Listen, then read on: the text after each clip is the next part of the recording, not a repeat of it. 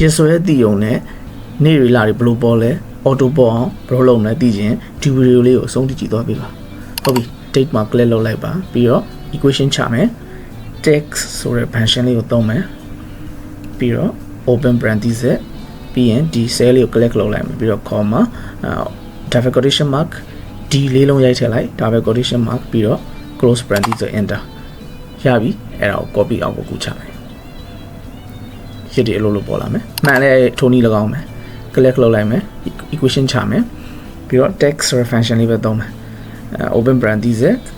ပြီးတော့ cell လေးကို click လုပ်မယ် comma double quotation mark m လေးလုံးရိုက်ထည့်လိုက် close parenthesis ဒါပဲအောက်ကို copy ကူချလိုက်ဒါဆိုရပြီအားလုံးလိုက်လို့ကြည့်ပါအဆင်ပြေကြပါစေ thanks for watching see you on this video please subscribe for more video thank you